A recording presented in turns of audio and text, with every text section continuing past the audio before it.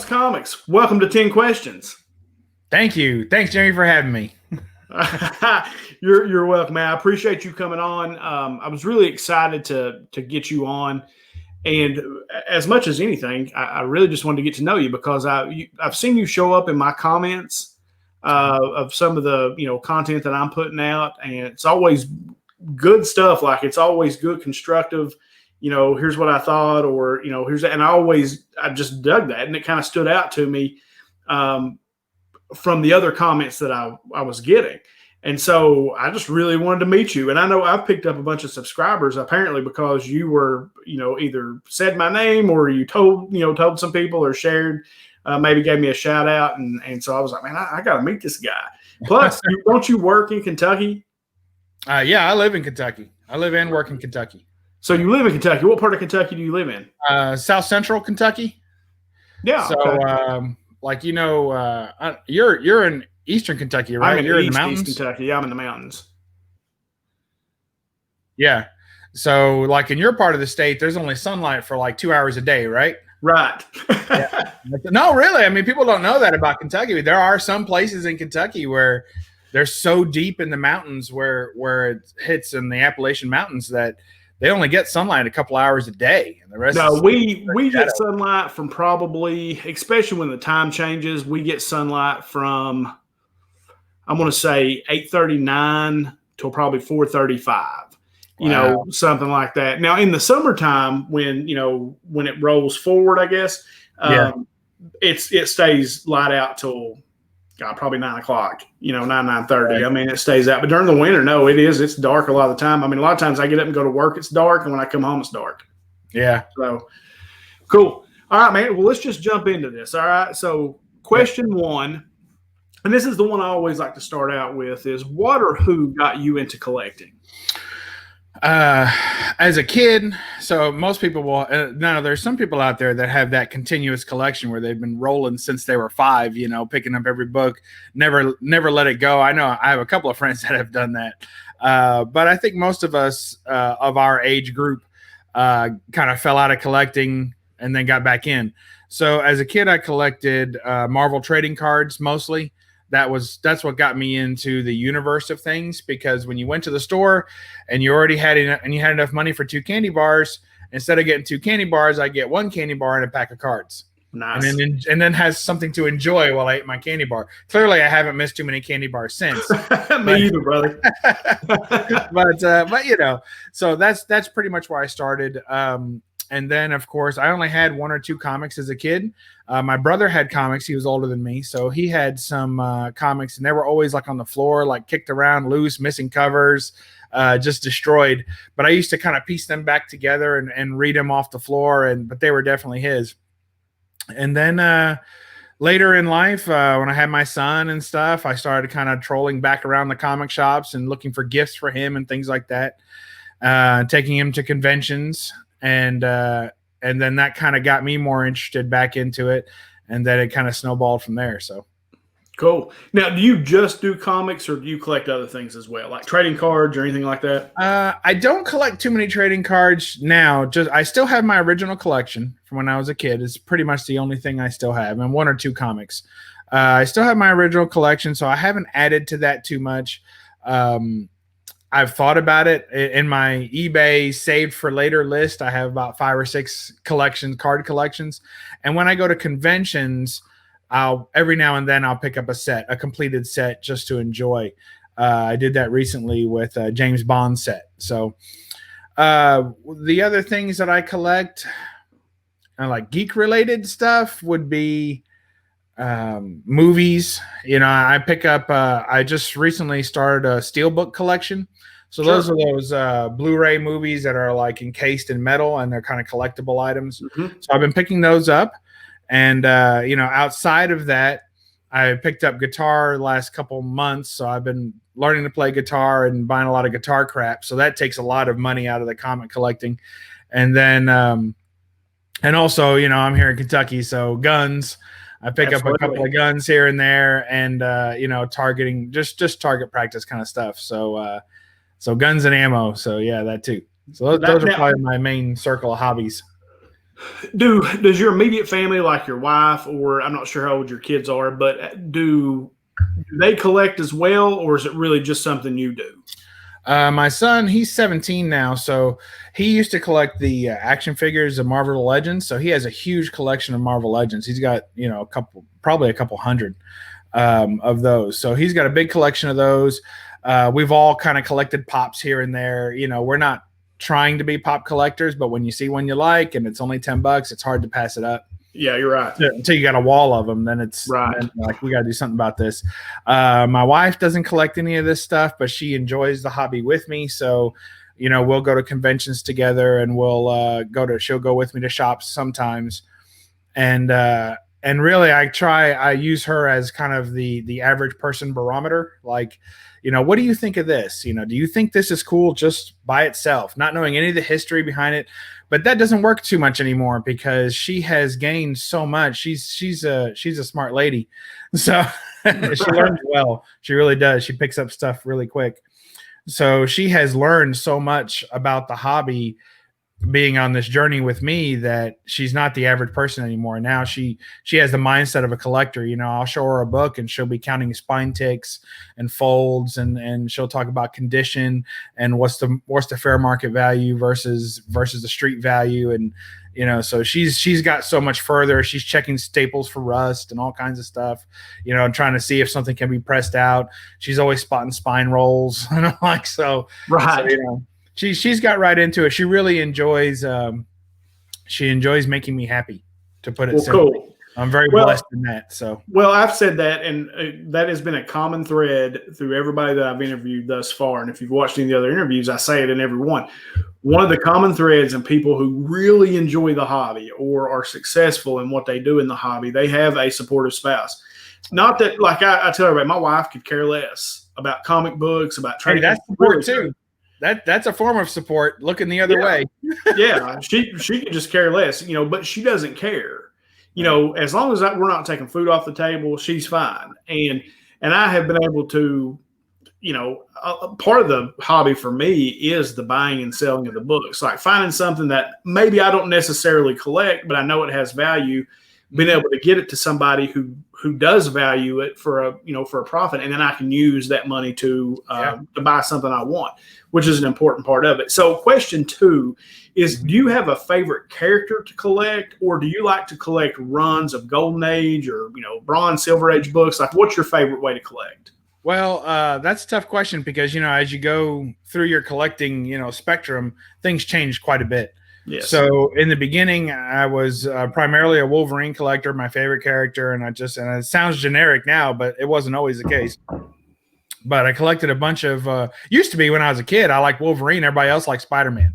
Right. Like I was the only kid that it seemed like the only kid that was really into the X-Men. Everybody else was into Spider-Man. But now Wolverine is obviously very popular and really always has been, but just not in the people I ran with. Right. So anyway, I like Wolverine, but then I made a mission early on in my collecting. Foolishly, I thought, well, this is if I only collect Wolverine, I've always been big on putting limits on myself because I get kind of out of hand if I don't. So I was like, I'm only going to collect Wolverine. So then I said, you know what? Not only that, but if you just try and collect every issue Wolverine's ever been in, you'll lose your house, like you said. So right. Instead of that, I'll just try and go after the Wolverine volumized run that was around when I was a kid. So you're talking about the original Wolverine 4-part miniseries and then his volumized work. So, but then I did that, and it only took me like a year. So I collected every issue of Wolverine starting from his limited series until his death, right? So I have all those. So you say favorites, are you a run collector or are you a favorite character collector? Well, in that case, I was both. Both, right. And then I said, well, now I've done that. I still have the urge to collect Wolverine, but I've collected it all. So maybe I'll go back and start hunting variants or different keys. So I started doing that. So there's a couple of very key Wolverine variants. So I started picking those, and they get expensive. So I was picking those off the list. And I said, you know what? Let's also collect his X-Men stuff. So that led me into my Hulk 181, my Hulk 180, my Hulk 182, my giant size X-Men 1, and then And then I also was working on, I think I'm still one book short, if I'm not mistaken, working on my run of X-Men 94 to 101. So I think I'm missing like number 97 or something, which is not an expensive book. So anyway, so Wolverine basically, and then also run collecting and I still do that, and key hunting. So I still do all that. And then I'm also working on a Planet Comics run, which is a Golden Age run, which is near impossible to do, to collect a full run of Golden Age books. It takes forever. So that's my long-term, every time I see one for a good price, hunting goal. So that keeps me going, Right. No, that's cool, man. No, and you're right, because, what you said, I took a hiatus as a kid. I collected, and I talk about it on here all the time. I had the uncle who kind of got me into it. My dad, who was down, he didn't collect, but he was supportive. He just liked to hang out with me, and hang out with his brother. So that's what we did. Since getting back into it, the way that I've collected has changed probably 3 times.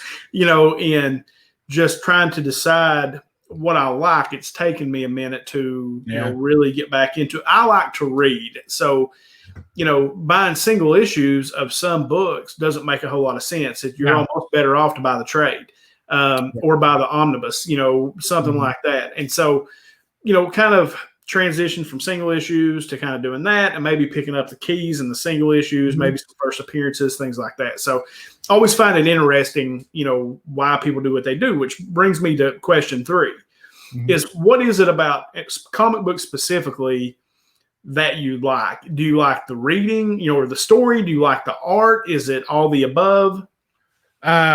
It's probably all the above, but it's different for each thing. So for instance, on the Wolverine runs, definitely not all those covers are winners. I mean, there's over 400 issues in that run, and they're definitely not all winning covers or interior art or stories necessarily.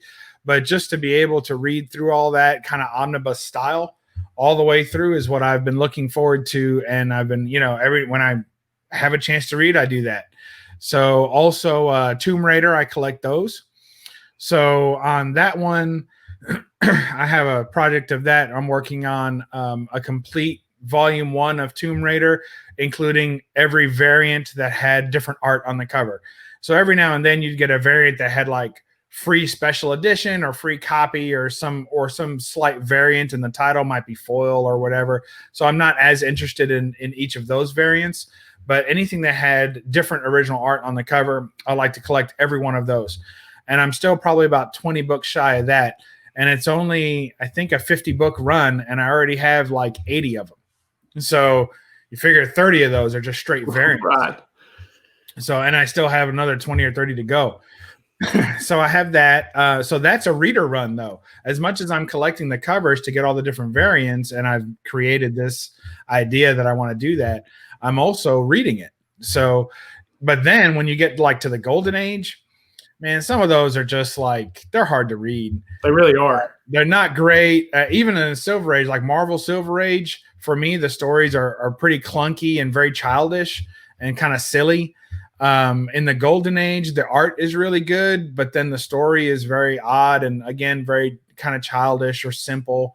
And they're also a lot of anthology type stuff. So it's not a continuing story through the issues. It's just like little pieces of stories. Right. And they all wrap up really quick, kind of like a short episode or something, a very, very short. You're talking about a 4-page story. There's not a lot there. So a lot of those I'll just buy they're cover buys, or I'm working on a run or something like that. So it's kind of a mix of all. And then every now and then you come across that one that's just about perfect, where it's got everything you're looking for. Like a good one of that is the Catwoman Volume 2 I'm working on. That's a Jim Balent run.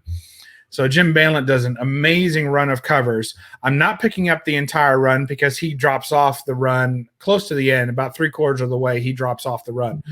But up until then, he does the covers and the interior, and the stories are pretty good too. So every now and then I'll have one like that. I have a complete run of Werewolf by Night. So I started off wanting every appearance of Werewolf by Night, and then I decided that was kind of silly. So I sold off my extra odd issues like crossovers with Iron Man and stuff like that. And then I still kept my Marvel Spotlight run that he's in. And then I kept my entire run of Volume 1 of Werewolf by Night. So I kept that too. So which includes, of course, 32.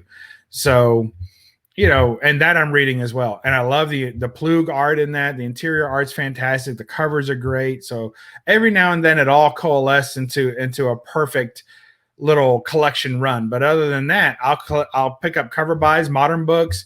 I read modern books digitally mostly because I'm just getting tired of all the pinup covers. There's just nothing but pinup covers.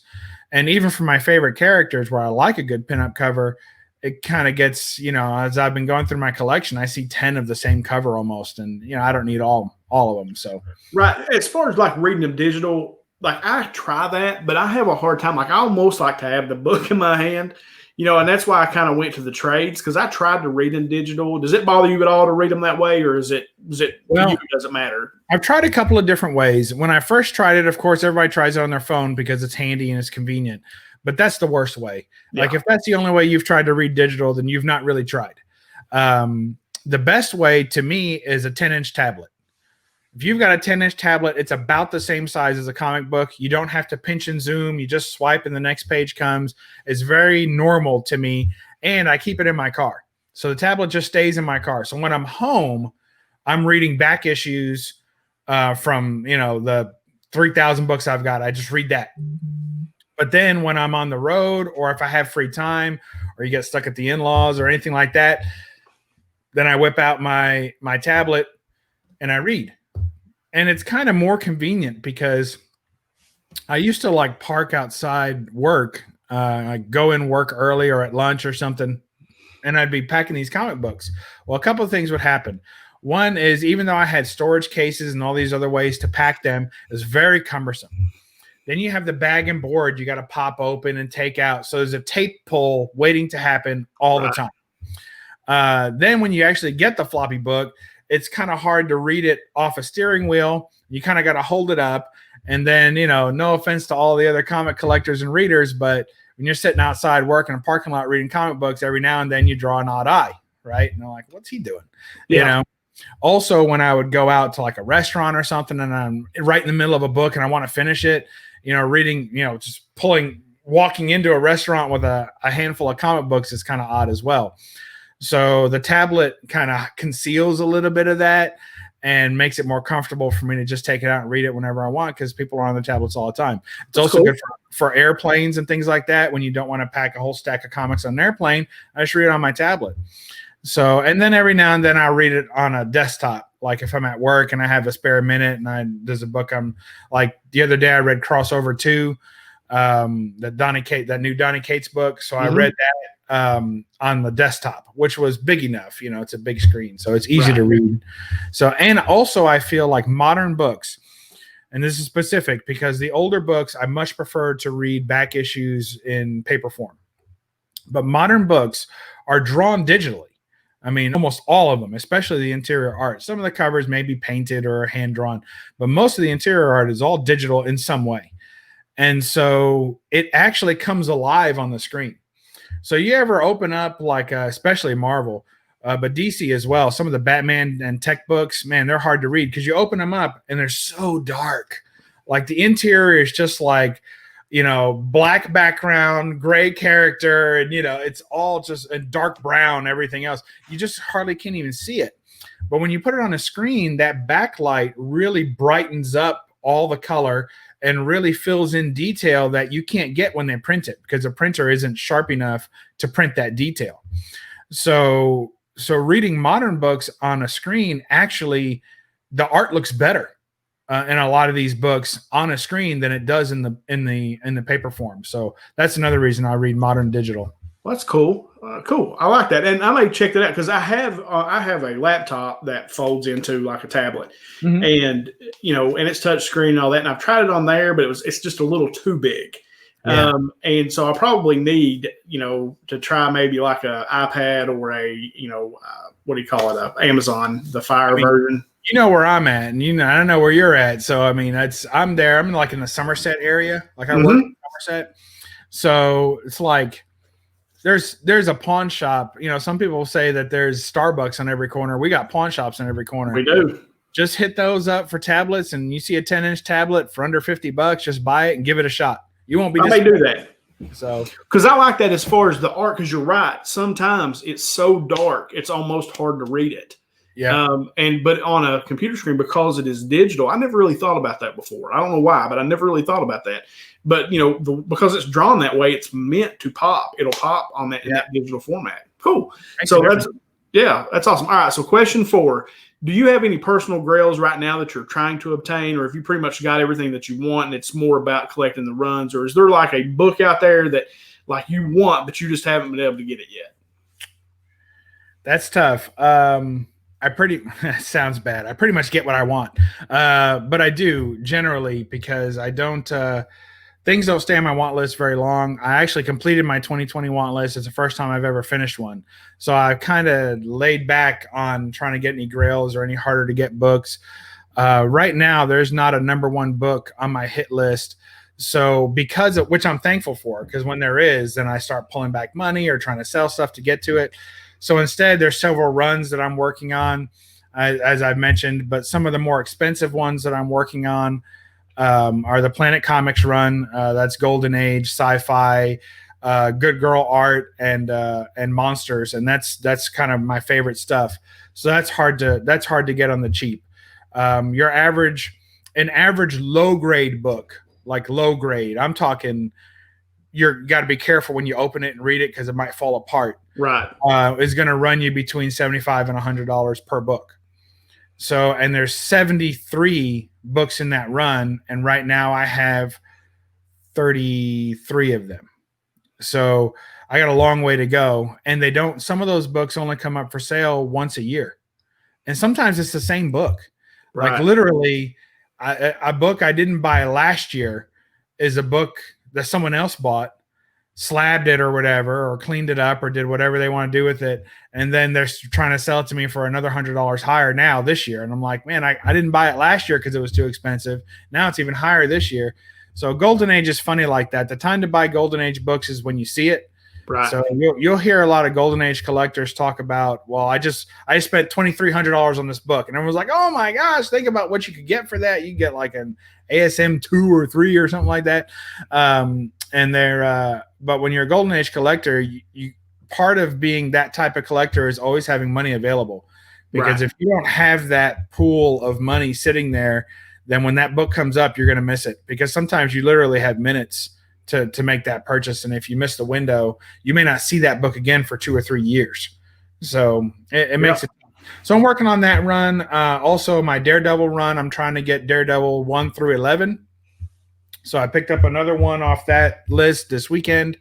So I'm only missing 2 books out of that run, number 2 and number 3. I think I'm missing 2 and 3. And I saw that in one of your videos. I think you had picked up 1 and 3 was there, but it was maybe a little more than you wanted to pay for. Yeah. I picked up number 6 and 3 was there too, but the 3 was, and it wasn't overpriced. It was just in better condition than I needed. I'm pretty much a low to mid grade collector. I don't hunt 9/8 or, I don't. And that's why people will talk about collecting modern books, and they're always like, oh, look at this little thing here. And is it a 9/8 candidate? I'm like, who cares? Yeah. I just not what I collect. It's a comic book, it's going to have some weather on it. And when you pick up stuff from 1940, it almost is impossible to start counting spine ticks. The whole spine is a giant tick. Right. So, Okay, so question 5, and I like to talk to the different creators on YouTube about why they started their channel. So, like, what inspired you to start a YouTube channel? I had been collecting. I had less than a short box of books, and I thought, when I bought my first short box, I thought, now I'll have a place to keep my comics forever. 1 short box. That's what I thought. This is gonna. Now, and I got a pretty one that had like, X-Men on it. And I was like, this is it. I figured it out. And I had a little corner in my room where it was going to sit, and I was going to open it and, look at my pretty books. Obviously didn't end up that way. But I started, I say that I really, really, really started collecting. There was a comic shop there, locally, and I was trying to make money. I was trying to figure out a way to go to a convention without buying tickets, because I'm also a pretty cheap guy, right? On some things. I'm cheap on some things and I splurge on others. Sure. So I was looking for a way to do that, and I had we were going by Legos at the time. My son was really into Legos. And so we went to the convention, and there was a Lego booth there, and they were making a ton of money hand over fist. So I said, I'm gonna do that. So I went over there, and I went to China, bought a bunch of Legos from China, Fagos, whatever. And I was gonna sell those. Didn't work out. So I ended up selling them to a comic shop and getting a bunch of store credit. And that kind of started me on my collecting path. What was the question again? Why you started a YouTube channel? But right, I like it. So I had this little short box of comics, and I wasn't doing anything with them but enjoying them myself, right? And then somebody had a contest on YouTube. I don't know what the subscriber count contest was, probably 100 or 250 or something like that. It was a relatively low number. And I said, you know what? I'll enter it. And it was a simple question. How did you get started in collecting? So that's when I told the story about the Legos and all that stuff. I knew there was a reason I was thinking of that. So I had told that story, and basically that was my first YouTube video. It was me saying how I had got into collecting and showing a couple of books, and that was pretty much it. And then I kind of got to know the community a little bit from there, entered a couple more contests, won a couple. Silver Age Dave, I don't know if you know him. I don't think I do.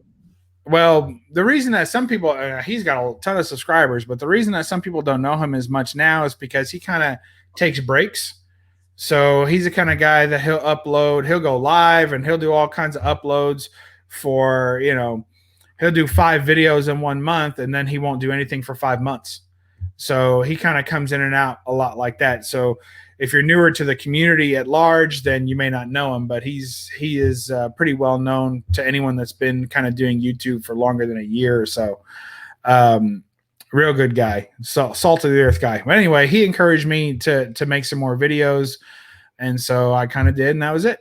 So that's what got me into YouTube, and it's a separate hobby to me because the collecting is one thing, and yes, they intertwine, but it really is its own thing. Like, it really is. You're right, and it's almost kind of become a hobby for me as far as from the editing to talking to people. Oh, yeah. There's certain people I want to talk to. It's like collecting interviews. You know what I'm saying? Like, you and I had the chance to talk to Jim Mint.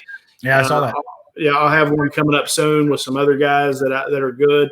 And you're right. It has almost become a hobby in itself. Tell people, because your channel, people that maybe watch my channel, because I do a lot of mystery boxes and things like that, your channel is very different from that. Yeah. Kind of explain to people, because for people who are following me that maybe don't follow you yet, Bub's channel is really good. Like, if you want to know, he's like, oh, thank you. You're so kind. Yeah. But as far as it's really solid because it's very informational, I guess is what I'm saying. And for somebody who was out of the game for a while and kind of got back into the collecting game, in my opinion, and most people that I talk to, knowledge is power. So learning about different things in the hobby, from the books, the type of books, what books are out there, what kind of values. Explain to people what the different things that you do on your channel. Okay. Well, I started off basically as a haul channel, so just showing what I picked up. But then over time, I realized that I was picking up things other people weren't picking up. So I was getting a lot of comments. So I would just say, here's a book. Here's a book. Like, I picked up this Spider-Man book and I'm really excited about it and blah, blah, right? And they're like, oh, okay. And then somebody would say, a book like that, people would obviously, most people would know that's First Appearance of Shocker, and they'd be like, oh, okay, I know why he picked up that book. Then maybe you show a book like this, and you're like, okay, here's another book I picked up this weekend, and and this happened actually on a recent video, and people were like, well, what's special about that book? Why'd you pick that up? I was like, what an odd question. I picked it up because I thought it was cool, right? Maybe. Yeah.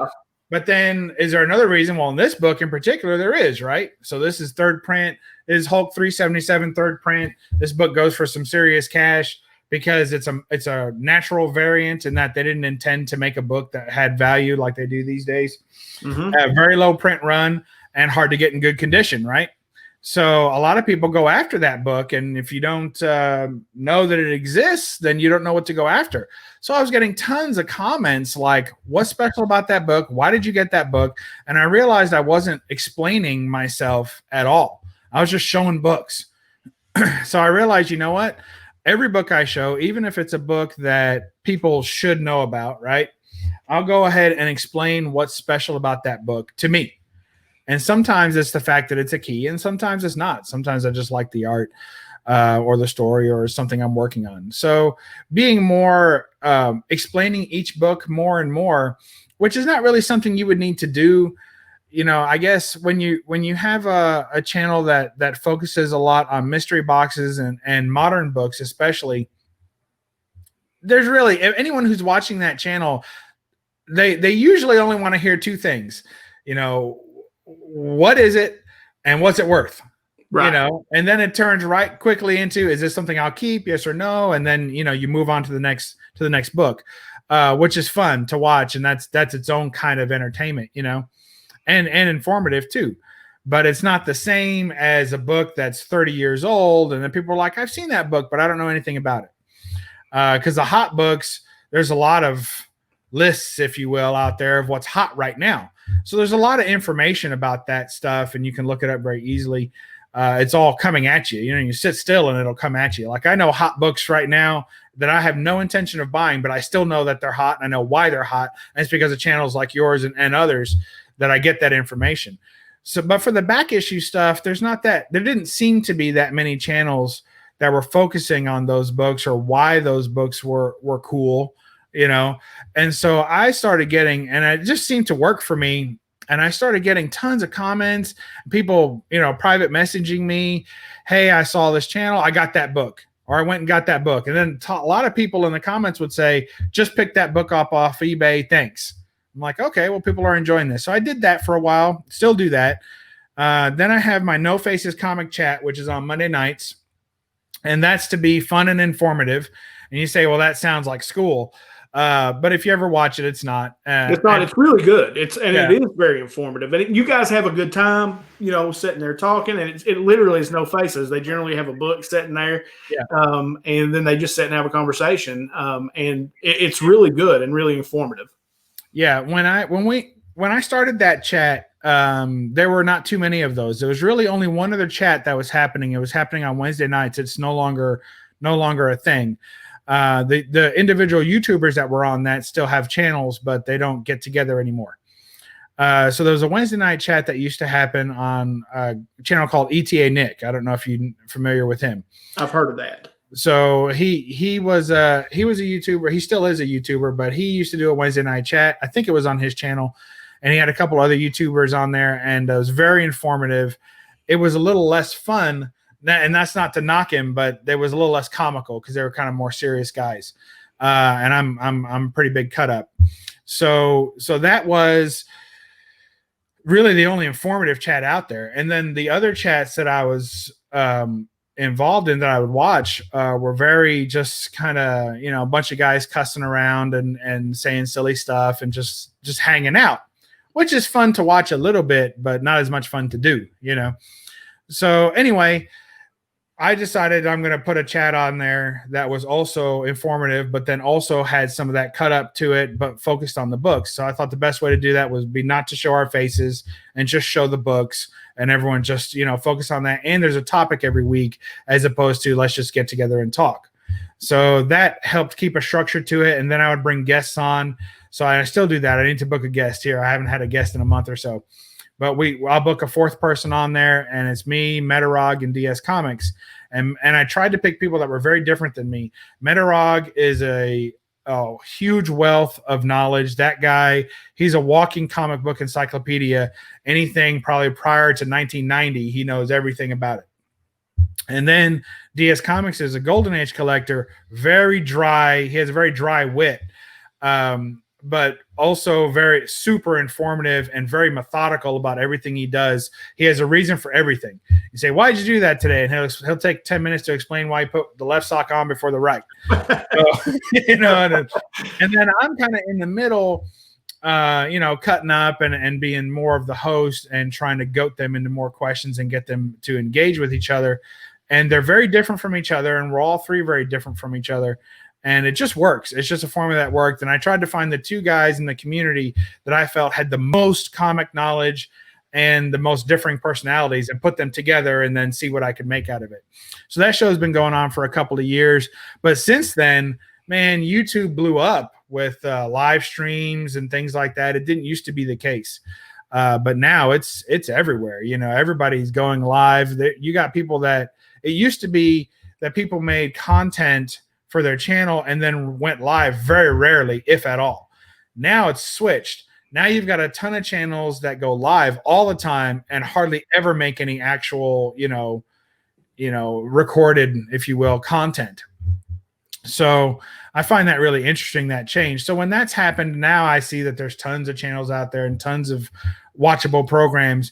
Ours is still kind of different, but there's a lot to choose from. It's nice. I like having all those options. But the other thing I do on my channel is a little bit of comic book repair. I do pressing and cleaning and repairing comic books, conservation, in some cases restoration, but usually conservation. So, and there's fine lines between that if you get into that. So, but that's pretty much what my channel is about. Well, you have the other, and I'm sitting here, the name escapes me. It's basically thinning down the collection. Yeah. Well, lately I've been doing that just because I want to focus on some bigger books, and I have a cabinet. I have a filing cabinet. It holds 3,000 books tight, and you really don't want them that tight. Somewhere around 2,500 is so you can kind of go through them, one by one. Sure. So 2,500 is a much better number, and anything even less than that, it keeps getting better, right? Much more room to store books and room for new books. So I've been going through the collection, a lot of books, dollar bin diving for years, and they, oh, that's worth $1. That's worth $1. Okay, well, now you've got all these books that are worth $1 and they're taking up so much space that you can't put a book worth $200 in there. Okay, well, then let's fix that, right? Let's get rid of some of those dollar books. So I've been kind of doing that, culling the collection, getting rid of some books that don't really mean anything to me. And so that's kind of become a series. But when that ends, I usually only do that once or twice a year. And then when that ends, then I'll be back to hauls because now I got room to bring more books in. Buy some stuff. Cool. Yeah. Well, and I actually kind of like that. What it does for me is what I was saying, that particular series, you're bringing up books, and not some of them aren't worth much. Some of them are, it's just but it introduces me to titles. Like, I'm very visual. So a lot of times I can see the book, and if I'm out, I'll know, hey, this book's $1, but I saw on Bub's channel that he could probably get $10-12 out of this. It may be something I can pick up and flip. Yeah. And like I've actually, and I find that entertaining. Now I have to, when I watch your channel, I usually watch it when I walk in the morning, or I listen to it, and then I'll look at it, when you're showing the books. But sometimes I have to break it up and listen to it because sometimes they'll go an hour, a little longer. And so, but it's a very, I don't know, I kind of dig that one. And then I really like the Faceless Chat, where you guys sit around and talk. So question 7 is, since kind of jumping into the YouTube community and the comic book community itself, what's your favorite part about it? Wow. Well, it's a separate hobby. Like we said, it really is. But my favorite part about being in part of the YouTube community, well, you can say the camaraderie. It's nice to have friends. But, I'm not, I hope I'm not misrepresenting myself on this channel, because I know I seem like a nice guy right now, but, but I'm kind of opinionated and I have my own way of looking at things. And quite honestly, some people I rub the wrong way. I'm very humorous, and, sometimes jokes have casualties. So that happens. So it's been interesting to me because I say it's who you were in high school. That's what I say about YouTube community. You're probably right now part of the YouTube community who you were in high school. So if you were in high school and you had 2 or 3 friends that you were close with, then when you jump into the YouTube community and people start getting to know you, you're probably also going to have a proportionately small amount of people that you kind of run with or that you hang out with, right? But if you were somebody that had a lot of people, you were super popular in high school, you jump in the YouTube community, you're probably going to have more subs and you're probably going to have more people, interested in listening to what you have to say. So, and then you could fall anywhere on that scale, When I was in high school, I was a floater. So, I was involved in academic clubs, but I was also on sports teams. I could hang out with any group. I kind of found a way to fit almost any group. Some of them I didn't have any interest in, but if I had an interest in being part of that group, I kind of found a way to fit in. So I had lots of friends in pockets that didn't even really know each other.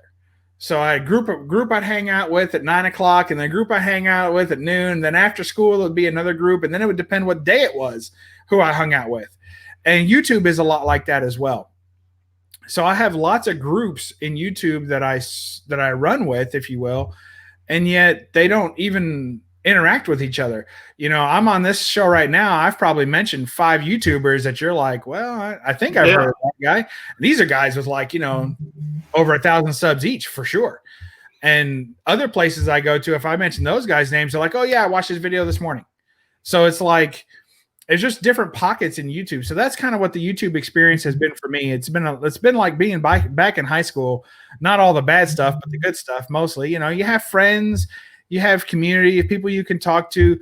I know that if I turn on YouTube at a certain time of night, I know who I'm going to see versus other people that are maybe morning content makers or middle of the afternoon Saturday type people, So there's a lot of that going on. So that's kind of what the YouTube community has been for me. But it's also been very helpful to my collecting, not just in learning from books, but specifically there was a book that was so big I didn't put it on my want list this year because I just didn't want to have a book so big on there that I almost knew I wasn't going to get it. It was expensive, it was old, and but I let a few people know that I was looking for that book, and somebody hit me up on Instagram and said, hey, I saw your video the other day. I know you're looking for this book. So I know somebody that has one. Ended up being able to make the deal. So, nice. And I've picked up probably this year alone, probably close to 10 books that have come to me from other YouTubers or other social media people who just knew I was looking for a book and helped make the deal happen. That would have never happened if it weren't for YouTube. I'd be stuck with my local comic shops, which are, some are better than others.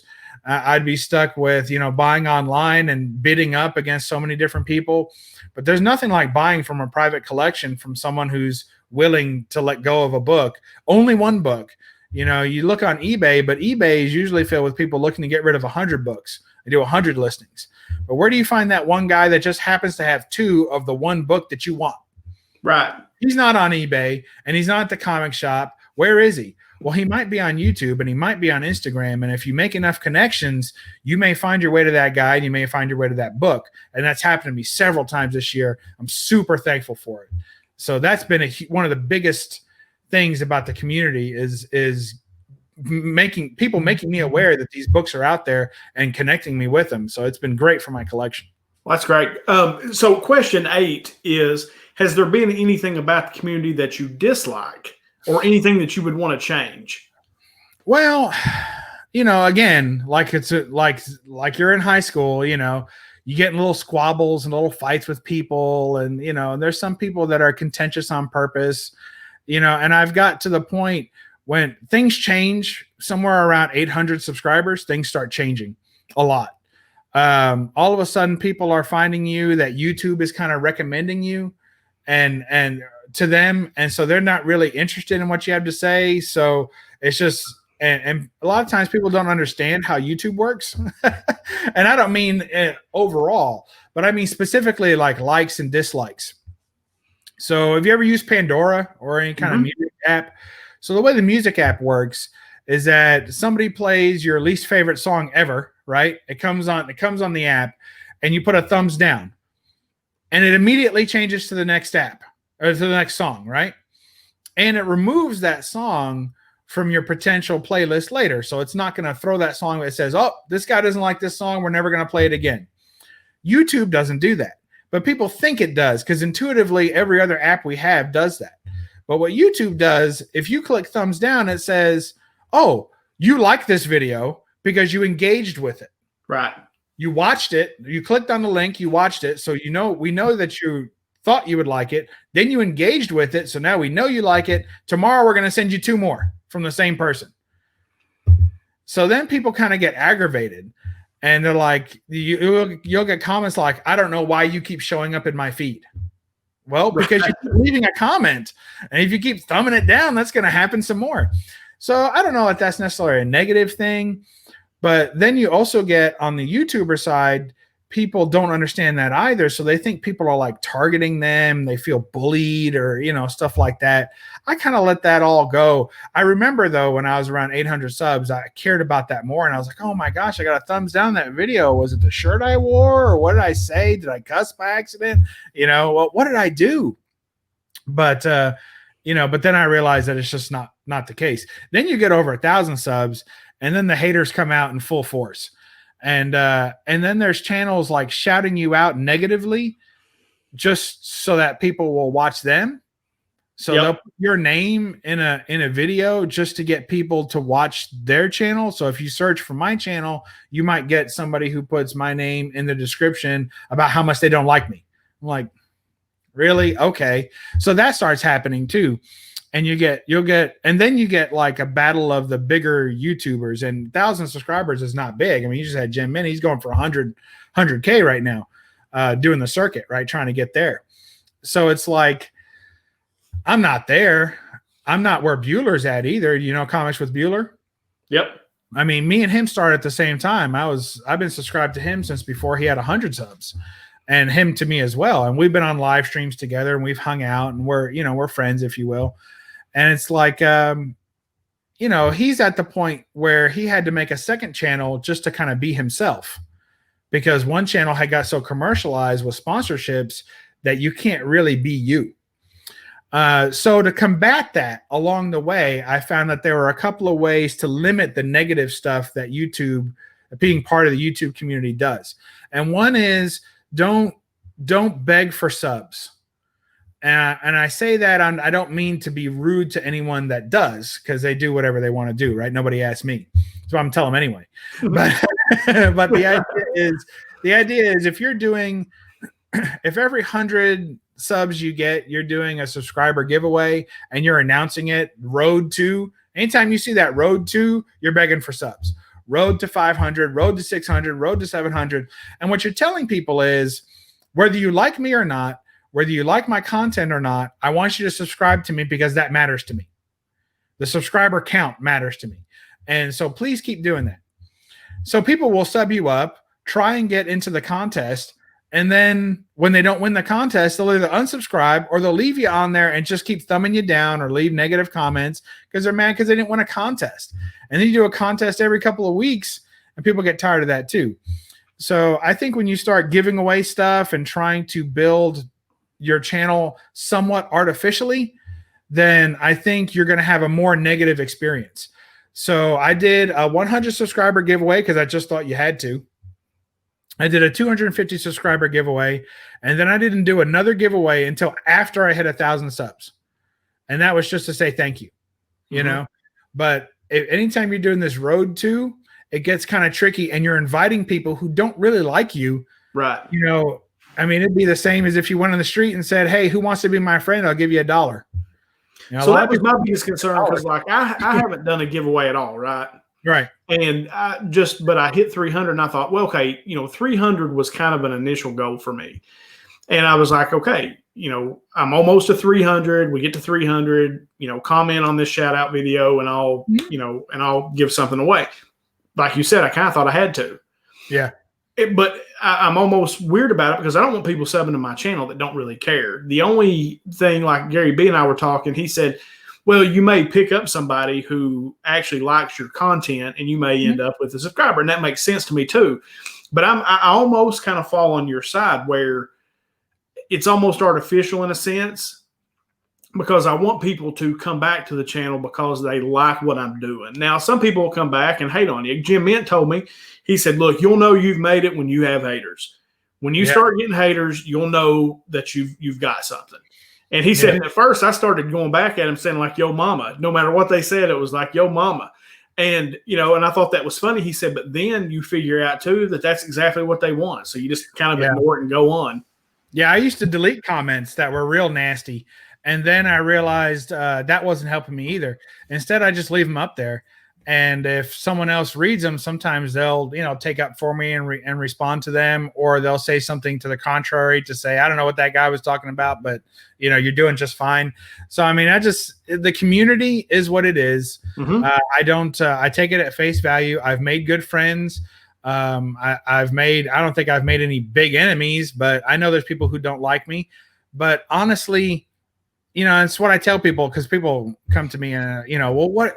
Oh, I'm getting this. I'm getting thumbs down, and people are even asking. And I said, look, can you go anywhere in a room? Do you think that if you went to a room of 1,000 people right now, because to me, the bulk of the comic community is under 2,000 people. It's less than 2,000. So when you see of the collector community, so when you see channels that are over 2,000 subscribers, that indicates to me that they're picking up people that are not really collectors, but people who are just interested in the hobby, or they enjoy the entertainment value of the video, but they don't know anything about it. I watched GunTubers, people who show guns and stuff on YouTube a year before I bought my first major gun. Mm-hmm. So there's people who do that with comics too. They're watching, and they're not even collecting. They just think it's cool, and they think it's wild that somebody's spending that kind of money on a comic book. So those people are out there, and those are above 2,000. So when you have somebody going for 100,000, I don't care how many statue collectors are out there. I don't care how many omnibus collectors are out there, and I don't care how many comic collectors are out there. You're not getting to 10,000 unless you're collecting a bunch of people who honestly don't give a crap about any of those three things and are just fascinated by your channel for some other reason. Sure. So, and that's where your hater groups come in. That's where those people are like, I hate this guy. He's annoying. And so, but they watch the video anyway, and then you're annoying, and they move on, Well, it's like Dale Earnhardt used to tell Jeff Gordon, as long as they're making noise, it doesn't matter. That's right. They just got to be making noise. They say any publicity is good publicity, but those are also people who are making a living off their channels. Jem Mint's making a living off, I assume, making a living off his channel. Bueller makes a living off his channel. And I think if you're doing that, then you do have something of a responsibility to provide, some more serious content, or some more sobering stuff, or informative, and and maybe you're giving stuff out, and maybe you're doing giveaways. But your channel and others like it, if you will, that focus a lot on what did I buy, and did I get a good deal kind of stuff. Those are, I find that they do give more giveaways, because if you're someone who collects mystery boxes or brings mystery boxes in, then naturally the people who are watching you like getting packages of stuff that they don't know what's in it. Yeah. Right. So wouldn't this work out perfectly if you gave them one? Here, I just, if you go through your span of your YouTube videos, out of the last 30 you've done, 20 of them were you opening a box of mystery books. Well, then your subscribers must like mystery books, right? Mm-hmm. So send them one too. Share the love, So I don't think there's anything wrong with that. But sometimes you get these guys going on, there's a few of them right now that are going on trying to get to 1,000 subs, and they really, really want it, and they want this and they want that, and they're just on YouTube every day begging for people to subscribe to them. If that's what you're into, that's fine. Or if you want to give away books to try and make that happen, that's fine too. But that is, to me, the biggest way that you invoke the negative parts of being part of the community, because you're asking people who don't care about you or don't know you to subscribe to you anyway. And there's a trade-off that they're going to get a chance of something they like, but when they don't get it, now where do they go and what do they do? Chances are it's going to be a thumbs down, a negative comment, or they'll unsubscribe, which is what you wanted in the beginning. So anyway, that's my 2 cents in the community. That's a great answer. No, I think that's a great answer. It's also too why I kind of dig your channel, because you'll get that honest opinion. There's a guy that I follow, because I tend to like everything that I open, especially in the beginning. Now I've become a little more objective as I've gone through, and then you'll see my channel kind of take a different direction after the first of the year, as I have figured out what I really like and what I want to do. Because I like to read, and there's some things that I've got coming down the road that I'm going to do that have allowed me to go back and read some older books. some things I hadn't read in a while, and so, yeah, I mean, and I think everybody's channel is probably a work in progress as you go, Oh yeah. trying to figure out what you really like and what you enjoy and what are the people who watch you enjoying seeing you do. All right. So questions 9 and 10 have nothing to do with comic books at all. Okay. It's just questions that I like to ask because I'm interested in the people that I watch on YouTube, and I just want to know. So question 9, who is your favorite band or musical group of all time? If I had to pick one band, it can be a single, just a. I have to pick one band. I'd say Rolling Stones probably, but that doesn't mean I'm a stonehead and I walk around, with patches on my jeans and all that kind of stuff. But if I had to pick one band that I say, you know what, this was an important band and their music means something, it'd probably be the Rolling Stones. I love their blues and rock combination. You don't get high energy blues. Like that's kind of a. And even though they didn't invent any of this stuff, but the idea that they're so good at being high energy and yet still having a blues sound to their rock is really good. So I'd probably go with the Rolling Stones. Then if I had to go more modern, I like Dave Matthews Band. If I had to, pretty much anything but country. Right. Well, I was getting ready to say, we live in Kentucky. I mean, is there any country music that you like? I don't like country music that much either. There's a girl from here that I went to high school with that is in a group called the Pistol Annies. It's Miranda Lambert, if you know who Miranda Lambert is. Yeah. It's Miranda Lambert, Angelina Presley, who is my friend and is from here, and then a lady by the name of Ashley Monroe. And you ought to check it out. If you like bluesy, it's very bluesy, and it's cool. Pistol Annies, and then she's got her own album too. That promo for Ange, just because she's my girl. But as far as, it's funny because I don't like country music either. There's some country music I like. I like old school Johnny Cash or, Waylon Jennings or stuff like that I like. I'll get into some bluegrass on a Sunday afternoon sitting on my back porch and play some bluegrass, but I'm the only one that likes it in my house, so I have to play it low. But I'm mainly a rock fan, so my youngest daughter has kind of come along where she likes AC/DC and some things like that. But, I like Zeppelin. Metallica is my favorite band of all time. I don't get into music on my channel very often, but one thing that I've tried to do, one of the reasons that I did want to be over 1,000 subscribers is because I wanted to be, but I didn't do anything to get there. Right. Other than put out regular content. But one of the reasons I wanted to be there was because I wanted to be able to share videos on my community tab of things that I don't do. So like when I share your videos, the reason I share your videos on my channel is because you'll never see a mystery box opening on my channel. It's not what I'm into. It's not what I do, but I enjoy watching them, but I don't buy them myself. So if someone comes to my channel and they're like, I really like this guy, but I wish he had some mystery unboxings. Well, okay. Well, I'll recommend a channel that's doing a much better job at that than I could ever do. And that would be something like yours. Mm-hmm. So I like that. Well, in the same vein, there's a fantastic show that comes on bi-weekly every 2 weeks. On a channel called Conquistadorks. He's a Conquistadorks, and his name's Javi, and he does a 3-person panel, and they go over the top 10 Billboard songs, and they compare 2 years against each other. So I think last week it was 1985 versus like 1964. And they put them up against each other, and they go number 10, number 10. They play a little bit of each song, and then the chat, the chat will vote on which song was better, and then in the end, you see which year won, had the better songs that year. Yeah, it is a ton of fun. It's kind of a long show, goes on like two hours plus, but it's fantastic, huge fun. 20, 30 people watching, but everybody really engaged. And it's just a ton of fun. So I'll share that on my channel. So if you guys ever want to watch that show and you don't know where it's at or you can't find it, click the link to my channel and then I guess subscribe or whatever, but get to my community tab and you'll see where I post every 2 weeks. I always watch that show and I stay engaged in it. And I've been watching it since the first episode and I post. So even though I don't have any music stuff on my channel, there's already people doing it so much better than me that I don't have to do it. But now that I've got 1,000 subs, I can let my subscribers know, hey, this is something I'm into. You should check it out. These guys are doing it better than me, so watch them. And that's why I share stuff like that. So, well, that's why I talk about your channel a lot, because I think that what you do way better than I would. And there's people who are watching me that are going to benefit from your content. Like just the education I've benefited from it. So I know that other people can. Yeah, and so that's one of the things that I kind of feel like, all right, so question 10, this is very important, us being from Kentucky. Oh. Who is your favorite sports team? Go Cards. Dude. We were friends until right then. I'm just kidding. I see that Anthony Davis poster behind you. That's right. And everyone needs to bow to the brow. So I know how that is. UK sports.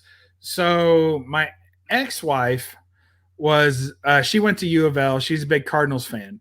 And my current wife is a UK fan, but she's not like a fanatical UK fan. Well, you definitely upgraded. I don't know. Obviously that's the case. But what happens is that you go from you lose your entire wardrobe of t-shirts, sweatpants, and hats. When you go from red to blue, you lose. So for those of you who are not in Kentucky, right, you got U of L, they're red, and you got UK and they're blue, and they're rivals because U of L likes to be everyone wants to be UK's rival. When you're the best, everybody wants to be, your rival. But yeah, so I'm not a U of L fan. I never really was I'm from New York City originally. So I don't care anything about college basketball at the time, and then when I've been living here for almost 20 years. So now it's different. I recognize how important it is, especially when you have no professional sports in the state. Right. Is it not a way of life in our state? Kentucky basketball is literally, when I was born, we used to, because like I said, live in the hills, and we didn't have normal TV, so we listened to Kaywood Ledford.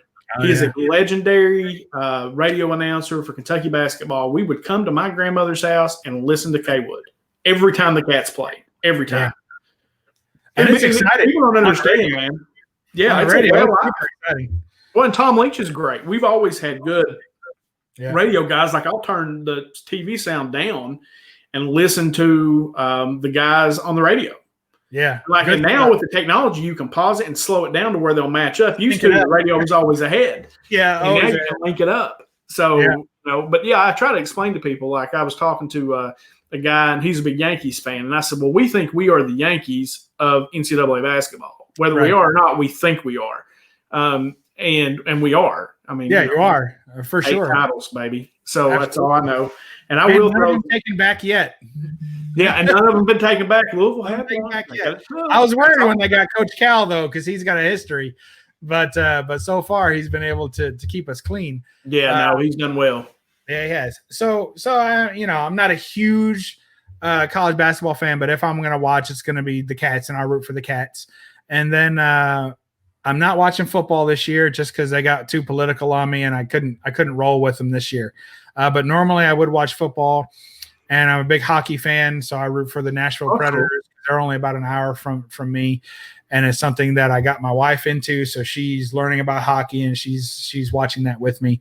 And then baseball, I'll watch the playoffs. Usually I don't watch the games. I used to when I was in New York, and I used to go to games a lot, but down here there's not much of it. It's kind of far to get to, but I will go to the minor league ballparks a few times a year and catch a minor league ball game, like in Bowling Green, Kentucky, or Lexington. Well, you're in South Central Kentucky, so like here in Eastern Kentucky, Cincinnati Reds are kind of the team. Yeah. Would it be more the Atlanta Braves? Do people down in your area, are they more Braves fans, or are they Reds fans? Down here, there's no baseball talk. None. Really? Nobody watches anything. If anything, they watch the Cubs because, there for a while, the Cubs were the only team you could watch other than your local team because you had WGN and those stations that were out of Chicago. When I was a kid, it was the Braves because of TBS. Every Braves game was on, and they sucked. I mean, they were awful. That too, yeah. Yeah, but no, that's cool. No, and hockey is the one sport that I wish I lived closer, because Columbus is about 3 hours from here, and you've got the Jackets in Columbus. That'd be your closest, probably. Or maybe St. Louis. Maybe St. Louis. But it's, so as far as like hockey is the most fun, honestly, to go watch live. Yeah. It's a ball to watch hockey live. Yeah, it's fun. The Great crowd is awesome. Yeah, I know it's always air conditioned, so you never have to Right. worry. It's always comfortable. And a little cold, but I prefer it that way. It was good. Probably as far as a live sporting event, like everybody should go to Rep Arena once in their life because it is. Watch Kentucky because it is something else. It's unlike any other college arena you'll go to. I mean, there's literally 30,000 people in there. It's unbelievable. It's packed to the roof. Those nosebleeds. It's like that, man. I mean, it's so safe up there. And I have got to the.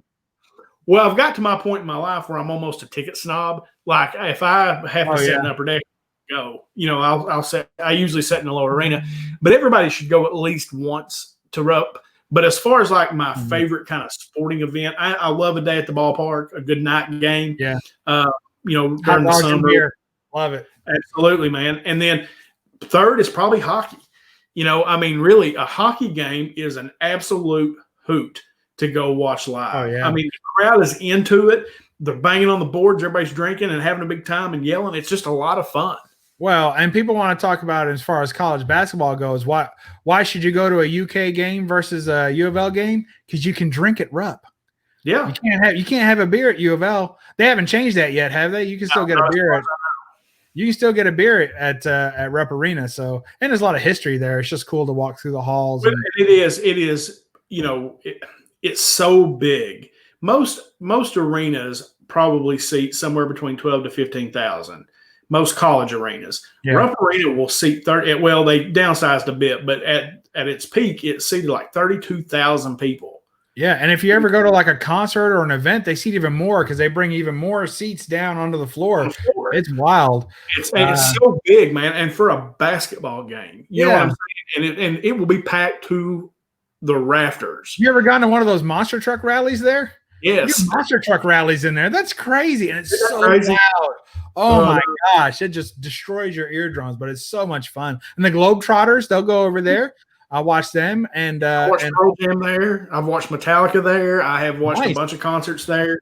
And they also have the Comic-Con, the Lexington Comic Convention, which is Lexington Comic-Con. They don't actually do that in Rupp. They do that in the it's the convention center. Yeah, convention center. But still, good stuff, man. Yeah, man, it's a lot of fun. So, yeah, I mean, just since you are in Kentucky and you kind of know, and then you kind of import it in, it's interesting. Most people realize they're like, "Holy crap, this is a big deal here," because it's all we got. Oh yeah, I tell you what, the worst sport to watch live for me is football. When you're watching football on TV, it's so exciting. Like the camera's panning in everywhere and the hits all look hard and you hear it. You're boom, boom, boom, and you're like, wow, that helmet just cracked, and it's so dynamic and everything looks fast. And the camera work, the TV production value of football is amazing. Not college football. We won't get into that. But the professional football. And then you go to a professional football stadium. It's really boring. It's super boring and super slow. Because the commercials take so long and they just sit there. Yeah. It's so boring. It feels like there's been times, not that it's true, but I felt like I could go down there and do that. Like, come on, guys. He was open. Like, you can see it a mile away that the play takes so long to develop. It's so slow. And you're like, that guy's been standing there like for 2 minutes, it feels like, waiting for the ball, and you never threw it to him. A wide open, it's a much more frustrating sport to watch live. Yeah. That's at the bottom of my list of live sports. Cool. But man, I appreciate it. I've really enjoyed our talk. That is all of our 10 questions. And I do want to thank you, man, because really early on, you were one of the people who said, hey, you started commenting, and your comments were always honest is what I liked about it. They were just always honest. And I appreciate that. I'm not a person that gets offended if somebody doesn't like what I'm doing. I'm someone who, if you're being a butt just to be a butt, that's one thing. But if you're commenting, and then like I said, I had a bunch of people that subscribed and would hit me up in the comments and say, hey, I heard about you from Bub. And I really appreciate it, man. And I really enjoy your content. I think you got a good thing going there. And if people that are watching this interview, definitely go check his channel out. If you haven't subscribed, go over, watch a few of his videos. If you dig it, subscribe up. If you don't, then you can go on. But I think, especially if you're like me, who kind of jump back in and you're still trying to get your knowledge base down, hearing the discussions about a lot of the older books, because the modern book stuff's pretty easy to keep up with. The older stuff is a little more difficult, and you can definitely get some great information. And it's you see it. Bub and I have sat here and talked for an hour and 10 minutes, and it's been very entertaining, very easy, a great delivery as far as the way he comes across on his channel. So definitely go check him out. Guys, this has been 10 Questions with Bub's Comics.